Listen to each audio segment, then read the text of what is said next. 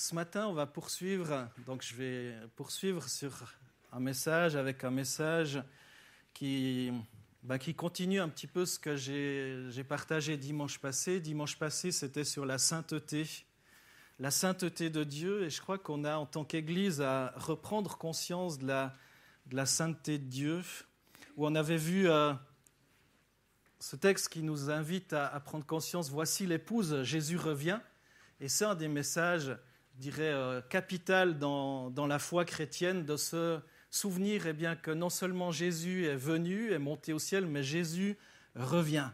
Avec cette image du mariage, un mariage royal, où tout à coup tout le monde s'attend à voir une mariée qui arrive bien sapée, bien vêtue, mais plus elle avançait, plus les gens voyaient combien elle était mal habillée, combien elle n'était pas coiffée, combien sa robe était sale, combien, elle n'avait pas du tout l'allure d'une mariée, et c'était très triste.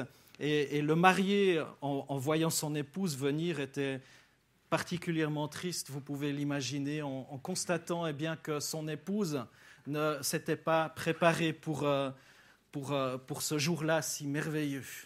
Alors c'était une illustration pour dire, Jésus revient, et avec cette question, est-ce qu'on est prêt pour les noces de l'agneau ? Est-ce qu'on est prêt pour les noces de l'agneau quand Jésus reviendra ? Dans quel état, dans quelle allure il nous trouvera ? Et avec cette invitation aussi à faire un grand nettoyage dans nos vies, à recentrer, à nettoyer ce qui a nettoyé, à peut-être se séparer de ce qui a à séparer. Et on va poursuivre donc avec un thème qui est similaire sur la crainte de Dieu. Et je suis persuadé que de prendre conscience de la sainteté de Dieu nous pousse à la crainte de Dieu. Alors lorsque vous entendez crainte de Dieu, peut-être en vous ça vous résonne, parce qu'au niveau du vocabulaire en français, ça résonne peur, on va se cacher, on a peur de Dieu, Non, ce mot, vous le verrez, a une autre signification, prend une autre connotation. On n'est pas appelé à avoir peur de l'Éternel, mais à avoir ce respect de l'Éternel, ce qui change totalement notre conception de qui il est, de sa sainteté, de sa gloire.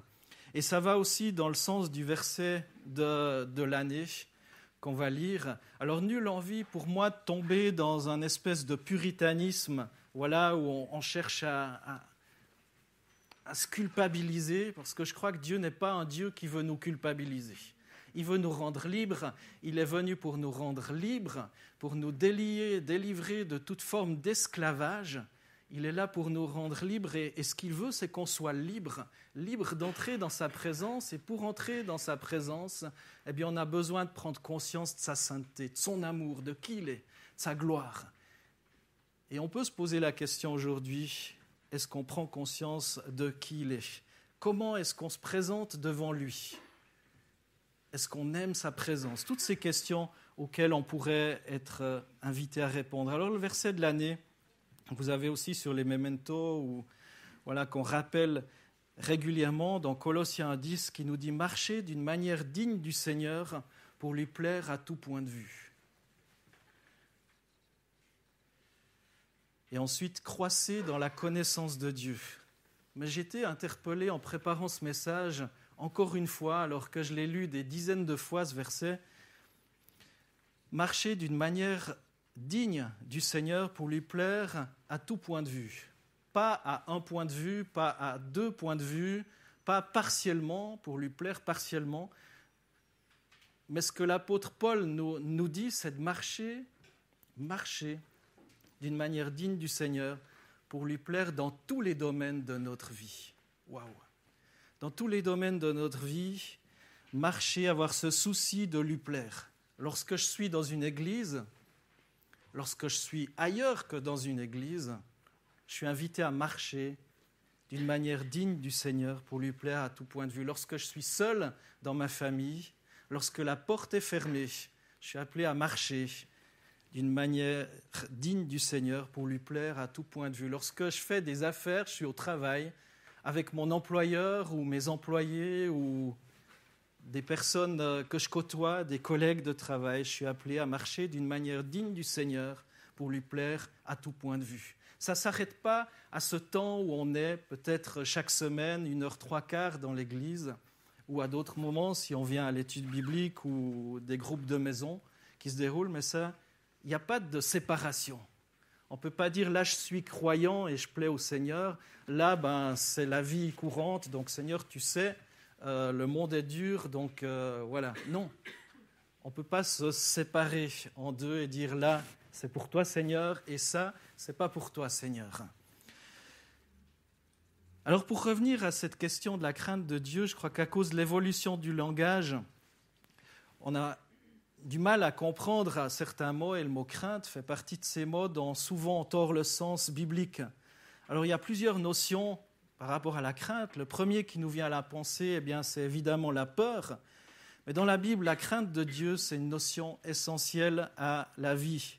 Et il ne faut pas se tromper, on peut être chrétien et pourtant, je ne crois pas craindre Dieu de la bonne manière. Certains se disent chrétiens, se déclarent chrétiens, mais j'imagine, ont aussi peut-être de la peine à vraiment avoir cette crainte de Dieu. J'ai trouvé en relisant aussi mes notes ce matin, dans Matthieu 22, ce texte qui m'est revenu en tête par rapport aux noces, le festin des noces, où il est dit, Matthieu 22, c'est pas sur vos feuilles, Jésus prit la parole et leur parla de nouveau en parabole. Il dit, le royaume des cieux ressemble à un roi qui fit des noces pour son fils. Et ce texte se poursuit et je continue la lecture à partir du verset 8 dans Matthieu 22. Alors il dit à ses serviteurs, les noces sont prêtes, mais les invités n'en étaient pas dignes. Allez donc dans les carrefours et invitez aux noces tous ceux que vous trouverez. Ses serviteurs s'en allèrent. Sur les routes, ils rassemblèrent tous ceux qu'ils trouvèrent, mauvais et bons, et la salle des noces fut remplie d'invités. Le roi entra pour les voir, et il aperçut là un homme qui n'avait pas mis d'habit de noces. Il lui dit, « Mon ami, comment as-tu pu entrer ici sans avoir d'habit de noces ?» Ça fait penser à l'histoire que je vous ai racontée dimanche passé. Cet homme resta la bouche fermée. Alors le roi dit au serviteur, « Attachez-lui les pieds et les mains, emmenez-le et jetez-le dans les ténèbres extérieures, où il y aura des pleurs et des grincements de dents. En effet, beaucoup sont invités, mais peu sont choisis. » Alors ce texte n'est pas là pour nous faire peur. Ce texte n'est pas là pour nous dire « Ouh là là, est-ce que je suis vraiment sauvé? Est-ce que vraiment ?» Je ne crois pas que c'est les propos de Jésus lorsqu'il a raconté cette parabole. Il n'a pas eu du tout l'envie de nous faire peur, mais il a, je crois, eu comme objectif de nous faire prendre conscience de sa sainteté, nous faire prendre conscience qu'on ne se présente pas devant lui n'importe comment. Et je ne crois pas non plus qu'il était en train de parler d'habillement, de tenue vestimentaire. On pourrait dire, voilà, il faut avoir une cravate. Aujourd'hui, j'en ai pas. Je ne crois pas que c'est forcément la cravate qui va nous emmener au ciel. Même si certains disent que c'est comme une antenne, il faudrait la soulever pour que ce soit une vraie antenne, mais ce n'est pas ça. J'imagine qu'il nous emmène au ciel, et c'est pas, je ne crois pas que Jésus parlait forcément de la tenue vestimentaire, mais comment dans notre cœur on se présente devant lui? Oui, ça implique certainement aussi le respect dans notre habillement, dans notre façon d'être, dans notre simplicité aussi, où on ne cherche pas à attirer le regard sur nous, mais que les regards soient tournés vers le Seigneur. On ne cherche pas le bling-bling ou les choses éclatantes, mais on cherche à attirer la gloire sur le Seigneur. Mais là aussi, c'est comment dans notre cœur on se prépare lorsqu'on vient devant lui. Dans Malachie 1, verset 6 et suivant, vous avez ce texte sur vos feuilles. « Le Seigneur des armées célestes s'adresse à vous, les prêtres. Un fils honore un père, un serviteur son maître. Si je suis votre père, où donc sont les honneurs qui me sont dus? Si je suis maître, où est la crainte qu'on a de moi? Puis vous demandez, en quoi t'avons-nous méprisé? » C'est assez fort ces lignes. Où est l'honneur, la crainte, le respect? Vous apportez sur mon autel des aliments impurs et puis vous demandez, en quoi t'avons-nous profané? C'est en disant la table de l'Éternel n'a guère d'importance.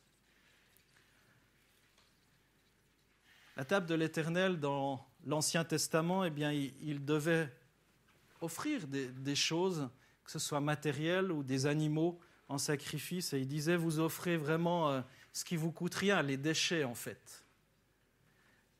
Aujourd'hui, c'est peut-être aussi notre louange, notre adoration, notre présence. Est-ce qu'on apporte le meilleur de soi-même?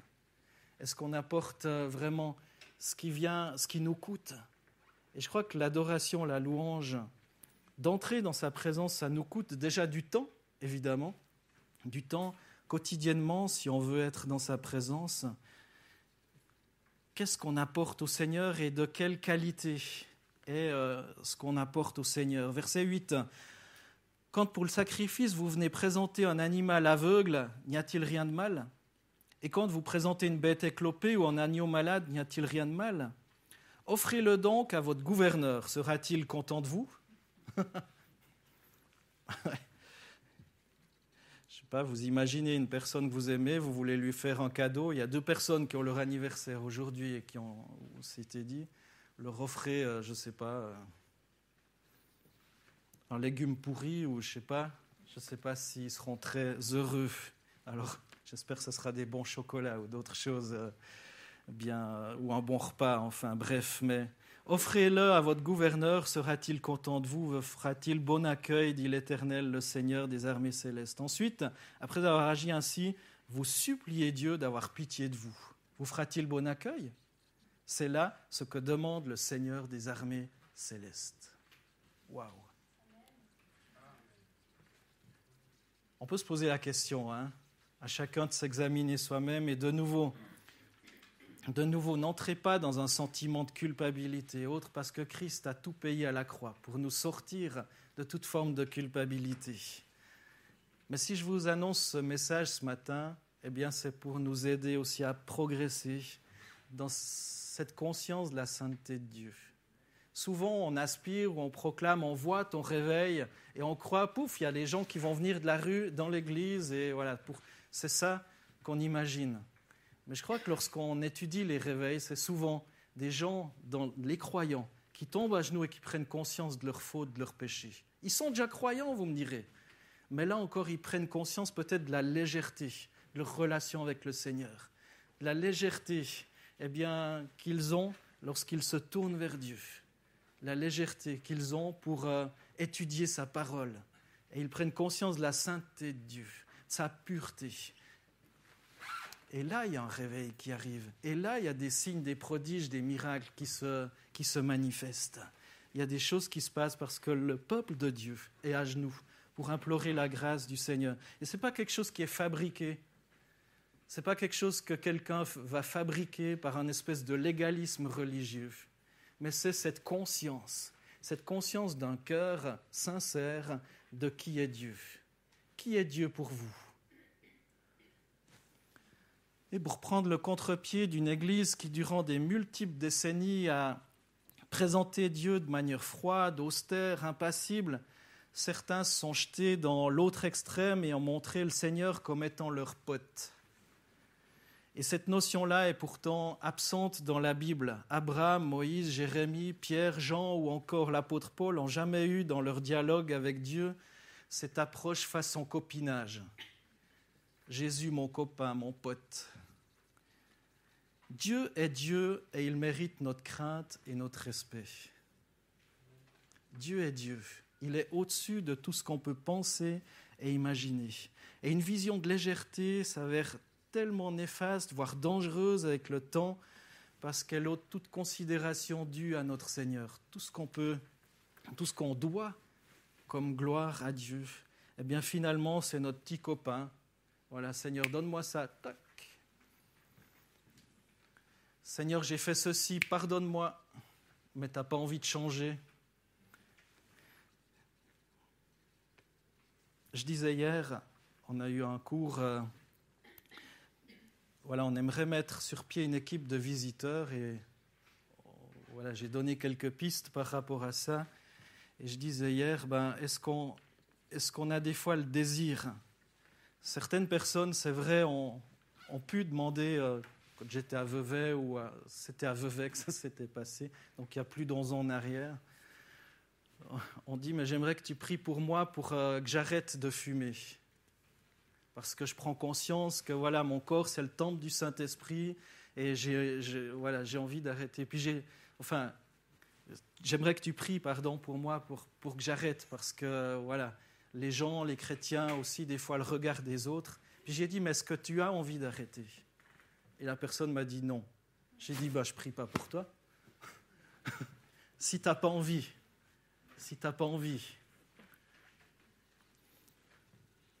Et je dis, c'est une vision de légèreté on croit, voilà, tu presses un bouton ou tu mets 5 francs dans l'automate et Dieu va répondre. Et je crois qu'il faut prendre conscience, pas juste parce que quelqu'un nous l'a dit, parce que le pasteur a dit ça, ou d'autres croyants ont dit tu dois faire ceci, pas ça, enfin voilà. Mais prendre conscience que si on le fait, c'est parce que Dieu nous le demande, parce que sa parole nous y invite et qu'on prend conscience de sa sainteté. Mais si on n'a pas envie, ça ne sert à rien de prier quoi que ce soit. Ça ne sert à rien. La Bible souligne que la crainte de Dieu est le commencement de la sagesse. C'est Proverbe 1,7, c'était projeté tout à l'heure, juste avant. La crainte de Dieu, c'est le commencement de la sagesse. Proverbe 1,7. Dans le livre de l'Exode, chapitre 19, on voit la description d'un peuple qui se prépare à entrer en communion avec Dieu, ce Dieu de l'Alliance, au mont Sinaï. On le voit comment il se présente et le peuple est invité à laver ses habits même, à se purifier pour entrer dans la présence de Dieu. Dans l'Épître aux Hébreux, chapitre 10, verset 22, il est décrit aussi la manière dont on doit venir vers Dieu. Hébreux 10, verset 22, « Approchez-vous donc avec un cœur sincère, une foi inébranlable, le cœur purifié d'une mauvaise conscience et le corps lavé d'une eau pure. » Approchez-vous donc avec un cœur sincère. Ce matin, vraiment, on est invité à retrouver cette sincérité. Approchez-vous de Dieu avec un cœur sincère. Vous avez fait bien de venir dans ce lieu de culte ce matin. Approchez-vous avec un cœur sincère, une foi inébranlable. Pas en vous la foi. Parce que, je ne sais pas vous, mais moi, je n'ai pas beaucoup de foi, voire de confiance en moi, mais j'ai confiance en un grand Dieu. Le Dieu de la création. Une foi inébranlable. Le cœur purifié d'une mauvaise conscience. Et ça, c'est possible. On le célèbre quasiment chaque dimanche au travers de la Sainte Seine. Le cœur purifié d'une mauvaise conscience. Alors la Sainte Seine, ce n'est pas un acte magique qu'on prend, mais c'est se souvenir. Aussi se souvenir de ce qu'il a accompli pour nous à la croix. Et que tout est accompli. Et que si nous confessons nos péchés, il est fidèle et juste pour nous les pardonner. Et le corps lavé d'une eau pure. C'est-à-dire tout notre être. Il y a la conscience, il y a le corps, il y a tout. Approchons-nous d'un cœur sincère, une foi inébranlable. C'est comme ça que le Seigneur attend que chacun de ses enfants dont vous faites partie s'approche de lui. De l'Ancien au Nouveau Testament, les différentes manières de s'approcher de Dieu sont toutes empreintes d'un énorme respect avec la conscience de la sainteté de Dieu. Et il serait incorrect d'approcher le Seigneur dans une forme de je m'en foutisme ou de légèreté. Comment est-ce qu'on prépare notre cœur? On est appelé à retrouver aussi ce profond respect pour la sainte présence de Dieu. Incliner nos cœurs dans sa sainteté, réaliser la grâce, le privilège qu'il nous offre de venir dans sa présence. Il est le roi des rois, le Seigneur des seigneurs. Et il désire que son Église soit trouvée sans tache ni ride lors de son retour. Comment est-ce que j'ai préparé mon cœur ce matin pour venir dans sa présence? Comment est-ce qu'on se prépare pour être là et se dire, voilà, il arrive. Comment me trouvera-t-il? Dans quelles conditions? Est-ce en train de m'énerver, de critiquer, de jaser, de me plaindre sur telle ou telle personne, sur mon conjoint, sur comment est-ce qu'il me trouvera? Ou dans ce désir de l'adorer. Exode 20, 20 nous dit, Moïse dit au peuple, n'ayez pas peur, car c'est pour vous mettre à l'épreuve que Dieu est venu, et c'est pour que vous ayez sa crainte devant les yeux, afin de ne pas pécher. N'ayez pas peur, c'est paradoxal, il dit, n'ayez pas peur, et après il dit, pour que vous ayez sa crainte. Si vous lisez ça, ça fait un peu bizarre. N'ayez pas peur, mais ayez de la crainte. Donc, ça laisse sous-entendre qu'il y a un autre sens aussi. La crainte de Dieu, c'est pas « je vais me cacher, je suis indigne », mais je prends conscience que j'ai besoin de faire du ménage dans ma vie. pour vous mettre à l'épreuve que Dieu est venu, et c'est pour que vous ayez sa crainte devant les yeux afin de ne pas pécher. Si on a la crainte de Dieu, il y a peut-être certaines choses qu'on ne pratique plus. Des choses secrètes que personne ne voit. Hein. Quelqu'un disait, c'est pas interdit de voler, mais c'est interdit de se faire attraper. Non, c'est faux. C'est faux. C'est faux. Le Seigneur le voit. Le Seigneur l'a vu. Il sonde tout. Il est partout, il connaît tout. Au psaume 112, il est écrit « Louez l'Éternel, heureux l'homme qui craint l'Éternel, qui trouve un grand plaisir à ses commandements. » De nouveau, heureux l'homme qui craint l'Éternel. Sa descendance sera puissante sur la terre. Heureux l'homme qui craint, et avec les bénédictions qui suivent, sa descendance sera puissante sur la terre. La génération des hommes droits sera bénie. Le bien-être et la richesse sont dans sa maison et sa justice subsiste à toujours. La lumière se lève dans les ténèbres pour les hommes droits, pour celui qui fait preuve de grâce, de compassion et de justice. Il est bon que l'homme fasse grâce et qu'il prête, qu'il règle ses affaires conformément au droit. Waouh! Car il ne sera jamais ébranlé, on se souviendra toujours du juste. Il ne redoute pas les mauvaises nouvelles, son cœur est ferme, plein de confiance dans l'Éternel, son cœur est affermi, il n'éprouve aucune crainte, au point qu'il regarde ses adversaires en face. Il distribue ses bienfaits, il donne aux pauvres, sa justice subsiste toujours, il relève la tête avec gloire. Le méchant le voit et s'irrite, il grince des dents et perd courage. Les désirs des méchants sont réduits à néant. Waouh! Quel privilège! Louez l'Éternel, heureux l'homme qui craint l'Éternel et qui trouve un grand plaisir dans ses commandements. Alors vous comprenez que ce que je suis en train de vous dire, c'est de vous proposer la joie. Je vous propose la joie, le bonheur, et pas de vous écraser avec des versets qui vous culpabiliseraient, mais de vous proposer ce chemin, le seul chemin, je crois, qui mène à la joie, à la paix, à l'épanouissement. Et combien l'homme dépense de choses, d'énergie, d'argent pour son épanouissement, alors que là, c'est gratuit. C'est gratuit. Heureux l'homme qui trouve un grand plaisir dans ses commandements, qui craint l'Éternel. Proverbe 1,7, la connaissance commence par la crainte de l'Éternel. Il faut être fou pour mépriser la sagesse et l'instruction. Alors j'aimerais dire quelque chose sur ce que la crainte de Dieu dans la Bible n'est pas. Au Sinaï, dans Exode 20, verset 20, Dieu apparaît dans toute sa puissance à travers le tonnerre, les tremblements de terre. Et pourtant, Moïse demande au peuple de ne pas s'effrayer, comme je l'ai dit tout à l'heure, d'avoir de la crainte envers l'Éternel. Pas s'effrayer, mais d'avoir de la crainte envers l'Éternel. Je me suis dit, il y a quelque chose qui cloche. N'ayez pas peur, car c'est pour vous mettre à l'épreuve que Dieu est venu, et c'est pour que vous ayez sa crainte devant les yeux, afin de ne pas pécher. La peur est donc différente de la crainte. Heureux l'homme qui craint l'Éternel. La joie et la peur s'opposent normalement, mais en fait là, elles sont liées. Elles sont liées. Paul va écrire aux Romains, aux chrétiens de Rome, Romains 8, 15, « Et vous n'avez pas reçu un esprit d'esclavage pour être encore dans la crainte, mais vous avez reçu un esprit d'adoption, par lequel nous crions « Abba, Père ». Là encore, de nouveau, on n'est pas invité à avoir peur, mais à avoir cette crainte de l'Éternel. On est délié de la peur, délié de la crainte, mais on est appelé à se souvenir de qui est Dieu. Et la certitude de nous savoir acceptés par Dieu nous remplit de la paix. Jean écrit dans 1 Jean 4, 18, « Il n'y a pas de peur dans l'amour, au contraire, l'amour parfait chasse la peur, car la peur implique une punition. Celui qui éprouve de la peur n'est pas parfait dans l'amour. » Là encore, ce n'est pas la peur de Dieu, la peur du châtiment éternel qui doit vous faire avancer. C'est la conscience de qui il est, son amour, sa pureté, sa sainteté. Si c'est juste la peur qui nous met en mouvement, eh bien on devient religieux. C'est fais ceci, fais pas cela. Mais là, on est dans tout autre ordre.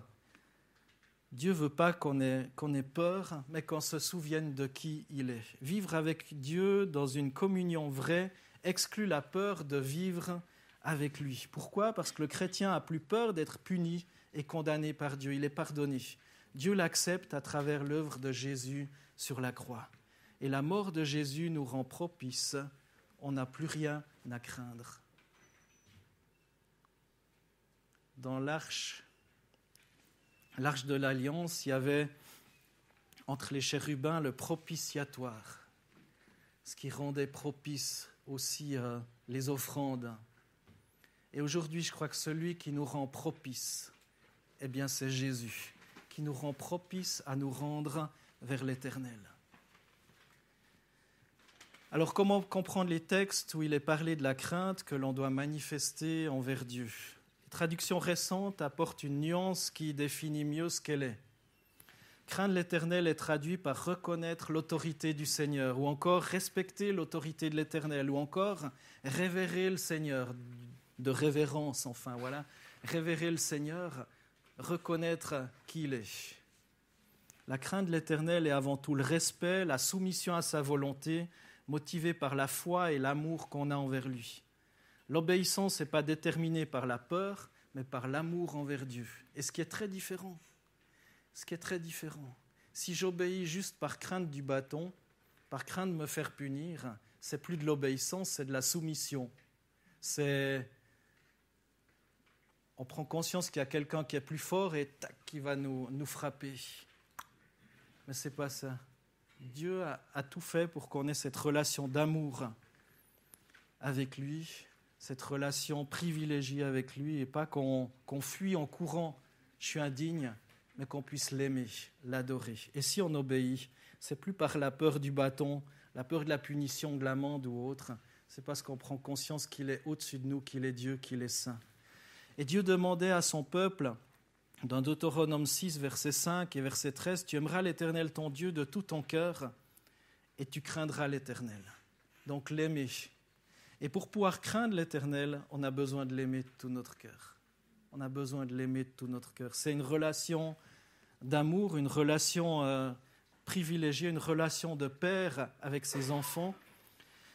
Et je crois que les deux vont ensemble. Aimer Dieu et craindre l'Éternel, ça implique de vouloir vivre comme Dieu le demande.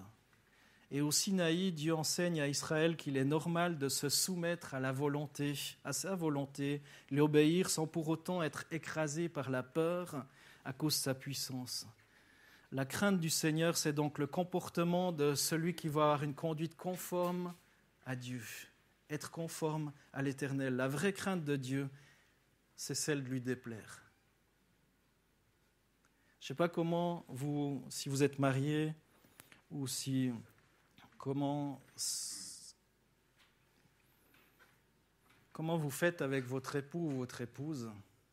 Mais moi, je déteste avoir le sentiment de l'avoir attristé, ou tout à coup je vois que j'ai fait quelque chose qui lui déplaît, qui la contrarie. Je déteste ça, je me sens très mal à l'aise. Je fais tout et c'est quelque chose qui est pénible à supporter. Je me dis, waouh, j'ai déplu. Puis des fois, je me dis, mais est-ce que j'ai ce même sentiment face au Seigneur ? Est-ce que j'ai ce même sentiment face au Seigneur qui, un jour, va revenir et dire, mais waouh, j'ai déplu au Seigneur par la façon dont j'ai parlé peut-être à tel frère, telle sœur ou telle personne dans la rue ou sur la route, des fois, ou j'en sais rien. J'ai déplu au Seigneur dans la façon dont j'ai pensé d'un autre être humain aussi. J'ai considéré un autre être humain que Dieu a créé aussi comme moi. Parce que chacun dans cette salle, mais aussi dans ce monde entier, est le fruit de la création de Dieu. Est le fruit de la création de Dieu. Et on ne peut pas mépriser les hommes, les femmes que Dieu a créés. Hébreux 12, 28-29 nous dit « Soyons donc reconnaissants puisque nous recevons un royaume inébranlable. Manifestons cette reconnaissance en servant Dieu d'une manière qui lui soit agréable avec respect et crainte, car notre Dieu est un feu dévorant. » Et l'obéissance à sa volonté est un signe de notre reconnaissance, mais aussi une prise de conscience qui vient de notre connaissance de qui est Dieu. Et le verset 29 interpelle aussi « Car notre Dieu est un feu dévorant ». Souvent on prêche Dieu est amour, peace and love, on ira tous au paradis, de toute façon Dieu pardonne. Mais c'est faux. Dieu est amour, mais Dieu est saint, Dieu est juste, Dieu est vrai. Et Dieu est aussi un Dieu dévorant. Et ce n'est pas dans l'Ancien Testament que je vous lis ce verset, c'est dans le Nouveau Testament, dans le livre aux Hébreux, chapitre 12. Donc si Dieu est amour, sans sa justice, son amour serait que faiblesse. Et le manque de crainte respectueuse envers le Seigneur vient aussi de l'oubli, sa justice. Je ne sais pas comment vous réagissez lorsqu'il y a de l'injustice dans le monde. Parfois on voit qu'il y a eu un violeur ou j'en sais rien, voilà, qui a fait ça et il s'en tire peut-être avec 2 ans de prison ou peut-être 10 ans de prison, mais on sait qu'après 5 ans, il va ressortir parce qu'il y a, voilà, il y a les remises de peine et que quand il est ressorti 1 année après, il recommence. Je ne sais pas comment vous réagissez par rapport à ça, la justice, on pourrait dire il y a la grâce. Et si on se dit, maintenant c'est Dieu, et comment il réagit aussi par rapport à notre façon de faire. De toute façon, Dieu pardonne, je ressors et puis je recommence. On ne peut pas se mettre à la place de Dieu, mais des fois, on peut aussi se poser la question comment nous, on réagit par rapport à l'injustice et comment on réagit aussi en pensant Dieu est tolérant, de toute façon, voilà, tout va bien. Dieu est Dieu, et en tant que chrétien, on ne peut pas oublier qui est Dieu et ce qu'il demande et tolérer n'importe quelle habitude. Et le feu dévorant Dieu ne nous a pas été donné pour qu'on se sente bien confortablement installé, mais pour qu'on soit saint. Pour qu'on soit saint. Et lorsque Moïse a vu le buisson ardent, Dieu l'a averti d'abord qu'il se tenait sur un sol saint. Et il a révélé ensuite des grandes choses à Moïse qu'il voulait accomplir, c'est-à-dire libérer Israël de la captivité. Mais d'abord, Moïse a dû prendre conscience de la sainteté de Dieu, de tout ce qu'il voulait, de tout ce que Dieu était, pour pouvoir le conduire plus loin dans la terre promise. Et lorsqu'Ésaïe a eu la vision du temple rempli de la gloire, de la sainteté de Dieu, eh bien, le sentiment d'être impur est venu d'abord avant que Dieu ne l'équipe pour être son messager. Ce texte nous a été lu ce matin dans Ésaïe 6. C'est marrant, on n'avait pas parlé avec Chantal avant. Ésaïe a eu la vision de cette sainteté. Et maintenant, pour terminer ce message aussi, les conséquences de la crainte de l'Éternel. Des conséquences bénies, je l'ai déjà dit. Ce n'est pas des conséquences de fuite, c'est des conséquences de joie, de paix. Ces conséquences sont bienfaisantes et essentielles pour notre vie. Heureux celui qui craint l'Éternel, qui trouve un grand plaisir à mettre en pratique ses commandements. C'est le psaume 112, verset 1 que vous avez sur vos feuilles. Heureux celui qui craint l'Éternel. Vous voulez être heureux, alors craignez l'Éternel. Heureux qui résulte cette attitude de respect, d'obéissance, de soumission à Dieu. Et face aux épreuves, le même psaume affirme, au verset 8, « Son cœur est affermi, il n'éprouve aucune crainte au point qu'il regarde ses adversaires en face. » Et ça montre bien que le respect vis-à-vis de Dieu conduit à vivre dans le calme, même devant ceux qui sont plus forts que soi. Vous avez peut-être des géants devant vous, des Goliaths. Eh bien, le respect de Dieu conduit à la confiance. David a pris conscience de qui était Dieu, de son grand Dieu. Et c'est pour ça qu'il a pu affronter des géants. Et dans le livre des Proverbes et des Psaumes, la crainte de l'Éternel et la sagesse sont liées. Et même, il y a identification entre les deux termes. Proverbe 1,7, la crainte de l'Éternel est le commencement de la sagesse. Vous voulez être sage et intelligent, craignez l'Éternel. La sagesse, pour éduquer nos enfants, est également liée à notre respect pour ce que Dieu nous dit. Proverbe 14, 26, celui qui craint l'Éternel possède un puissant appui et ses enfants ont un refuge auprès de lui. Ouais, merci pour le Amen. Celui qui craint l'Éternel possède un puissant appui et ses enfants ont un refuge auprès de lui. C'est des fois difficile de se comporter avec ses enfants, des petits-enfants ou de la famille, des parents, etc. Celui qui craint l'Éternel possède un puissant appui et ses enfants ont un refuge auprès de lui.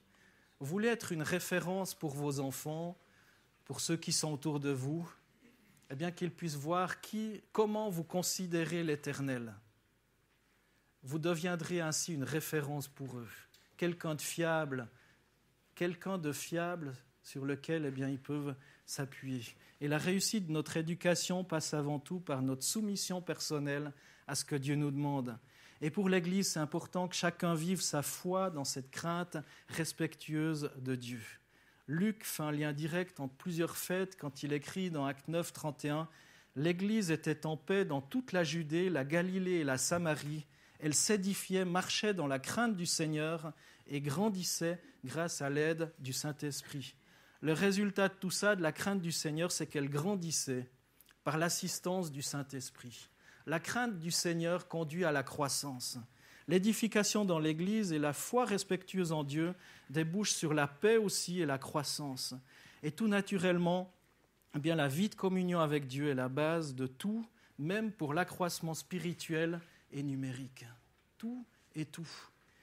Si vous prenez l'exemple de Noé, qui est intéressant à lire dans Hébreux 11:7, c'est par la foi que Noé avertit des événements que l'on ne voyait pas encore et rempli d'une crainte respectueuse, a construit une arche pour sauver sa famille.